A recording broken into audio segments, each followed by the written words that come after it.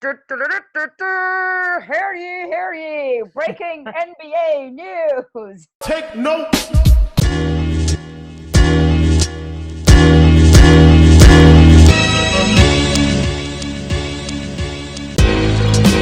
Big Beach! We're here. My man, Alan Houston. It's different this time, but it sounds like you're Reggie in town. Parents! Oh my God. Russell Westbrook has gone to play with James Harden, or Jimmy Harden as they call him. Who calls him Jimmy Harden? These guys on sports radio. It's like a whole big joke with them calling him Jimmy Harden. Oh, God.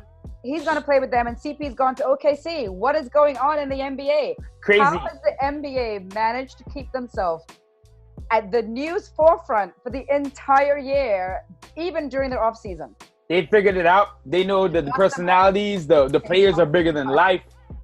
Big trade, of course. You know, getting Russell Westbrook and Harden back together like the OKC days. Chris Paul's now at the Thunder. Don't know how long he's going to stay there. We'll see. But bigger news, we got a dog. Knicks news.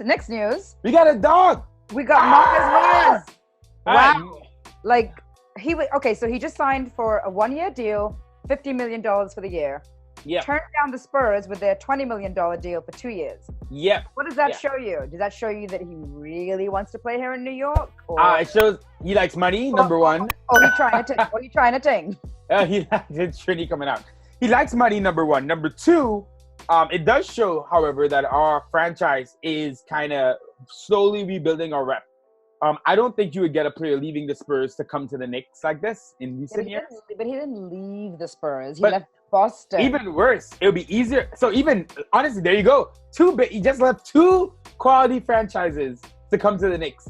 But what I mean is that usually when a player commits, unlike outside of DeAndre Jordan, when they commit in verbal free agency, they're signing. So for him to go back on it, huge deal. Marcus Morris is going to add a lot to this team. Tough, gritty, can play defense, is a professional, can hit the three, is tough. Did I say gritty yet?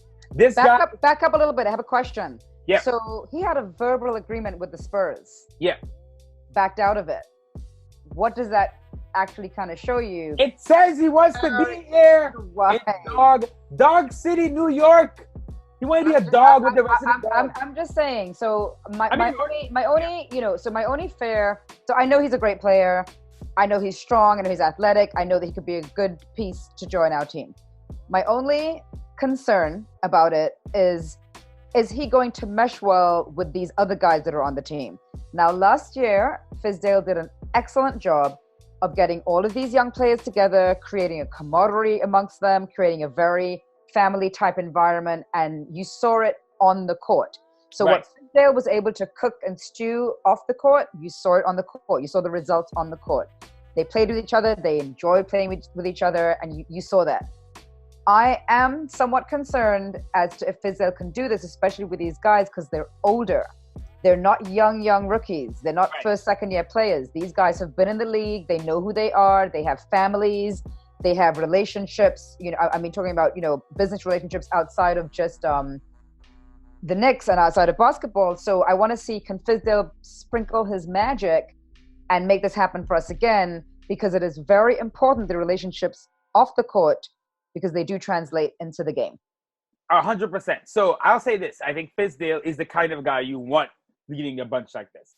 You want someone who's, I don't think an authoritarian would do it. I think you want someone that's charismatic, that's going to get the guys to buy in.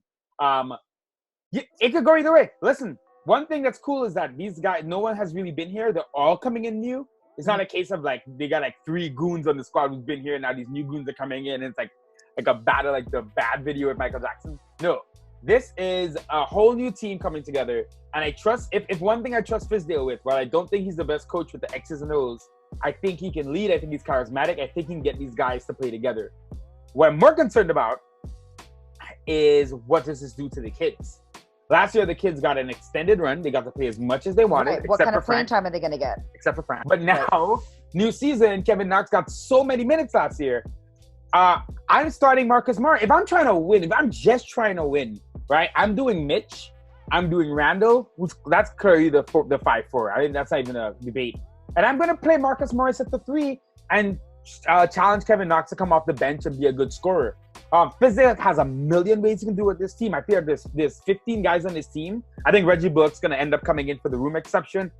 Real quick, his deal was $21 million for 2 years. It's going to turn potentially into a $4.8 million room exception for 1 year. He has rumors of plantar fasciitis, which is one of the worst injuries you can get. Lance Thomas had it a couple of years ago, so that's why that deal is being renegotiated. But I do wonder, talking about that team, 5-5-5. I can almost pick 3 different groups of 5 players. So the team is because you're saying that, to me that sounds like to me the team is now very deep, which is all of a sudden we're deep. I know, right? And also that Fizdale is going to have to find a way to juggle the playing time, because no, I don't want to see our first and second year guys just sitting on the bench. They have to play too. Right. And I also want to see the older guys play because they're going to win some games. So there has to be a nice mix of doing those two things to give us, to let the young guys get their experience and also for us to have like a winning culture within the team. So I definitely want to see that happen. He's going to have to Goldilocks it. Not too hot, not too cold. Get in the middle. Okay. Right. I think, like I said, I think he's the kind of guy who can do that. But even with the most charismatic person, whatever, these minutes, they're limited minutes, man, and it's gonna get real tight. There are guys like Iggy, who's been playing so well in summer league. I'm trying to find where he's getting minutes. Iggy Pop, Frank, I don't know where he's getting minutes. Dotson, Trier, RJ, all kind of at 2 position. I don't know what's gonna happen there. Then Knox is now competing with, you brought up Iggy. I brought up Iggy already. Marcus Morris, Reggie Bullock, Wayne Ellington, who can play the 2 and 3. Like, there's so many guys on this team. I meant to bring up Ellington before with the shooting guards as well. Right. It's going to be such a logjam. I know a lot of people are saying this is good, that them fight in practice, let them push for it. But, no matter how much people compete in practice, if you're not playing, you're not going to be happy after a while. Absolutely. The one thing that I do not want to see is, I know we've signed all these guys on really smart contracts, right? So they're 1 year and 2 year players. And what I've been hearing, or what I have heard before, is that a lot of times these guys come to New York because we have this huge market. And the market allows them to really push themselves as an individual, to get great sponsorship deals, to get great exposure playing for the Knicks because they're in this big city. Yep. And I don't want guys coming here with that in mind. Like, oh, okay, I'm going to play for the Knicks for a year or 2 years, and I don't mind signing a really small contract because it's going to give me so much exposure, and then I can leave New York and go somewhere else. I don't want that to be a thing. Well, I would be worried if we didn't have the team options, because now Perry, and I will criticize Perry, he has been a bit cautious at times, but I don't trust him to be too cautious with this group. By mid-season, by February, when the trade deadline's around, Perry should know which of these 7 guys we might be signing at the end don't need to be here and which he needs to keep. Let's say, even if you're playing well, let's say Bobby Portis. So you're saying by like February next year?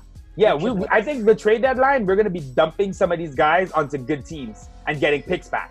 Okay. Because either you let them expire and then maybe you don't pick up their team option or whatever, and now they're a free agent, right. You didn't get anything. Right. But around the deadline, guys like Morris, guys like Portis, guys like Gibson, guys like Wayne Ellington and Bullock, guys who can shoot, maybe even Alfred Payton, you never know which team might be interested in getting a guy like that, because these are all solid players. We're so solid all the way down. If you look at the roster last year and this year, it really is a huge difference when you see top to bottom, just good player, good player, good player, good player. So what about a leader? Because we need to have someone who's like the captain of the team.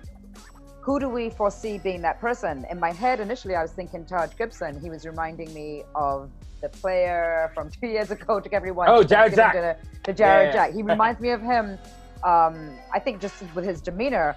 But if he's not on the court, then how is he really going to be that leader person for everyone to follow? Right. We need one person to sort of step up, and it doesn't need to be the best player on the team, but we need someone to sort of step up and embrace the entire team and sort of take on the leadership role. It's going to be interesting to see how it plays out. I think someone's going to have to rise to the occasion. Randall is definitely our most talented player, but I don't know how vocal he is. But he can be someone who really owns that. I think Morris, if he starts, he could fall right in. It's good. Listen, the team is so interesting, and it can go so many ways. Like, this definitely could be an 8 or 7 seed if things just click. Woo, he called it. Rewind that tape. No, don't. Did you say 8? I did. 20 years after 99, baby. But the team is so tough, and the you know, we're also modern. We have guys that can hit the 3. Portis can hit the 3. Morris can hit the 3. Bullock can hit the 3. Ellington can hit the 3. So Mox has been looking. I am super interested to see open practice. Yep. And then to see these guys play and gel together. I'm really, really interested to see how that's going to play out. If it works, I think we're going to have a really exciting season as Knicks fans. We're going to do a video in the future about, you know, the 90s Knicks and today talk about the Goon Squad and kind of bringing it back. Them.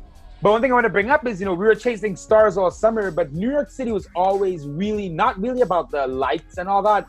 That's more LA. New York City was always about the grit, the grind, the putting the feet on the pavement, on the concrete every day, the concrete jungle. That's what the 90s team was. That's what we love about them. Even that 2012-13 team with Jason Kidd, Rasheed Wallace, it was definitely the same kind of thing. Tough. Those rough and tumble. Rough and tumble guys. Those hardcore New York. Hardcore. And we got a new version of this. So listen, I think it's a team we can be proud of as a city. And let us see them hopefully go out there and execute and get us to the playoffs, man. We need it. The Knicks fan base really could do something good. That would be great. I'm definitely not complaining about that. Yep, definitely. All right, guys. So peace out. Hopefully no more crazy breaking news tonight. But, you know, Terry and Trey. It's the NBA. It's always drama. What are you talking about? It's the NBA. Thanks for the support, everyone. And we'll see you guys soon. As always, thanks again for watching our video. Do not forget to subscribe and turn on your notifications. That way you'll know every time that we post a new video. And check out some of our other stuff.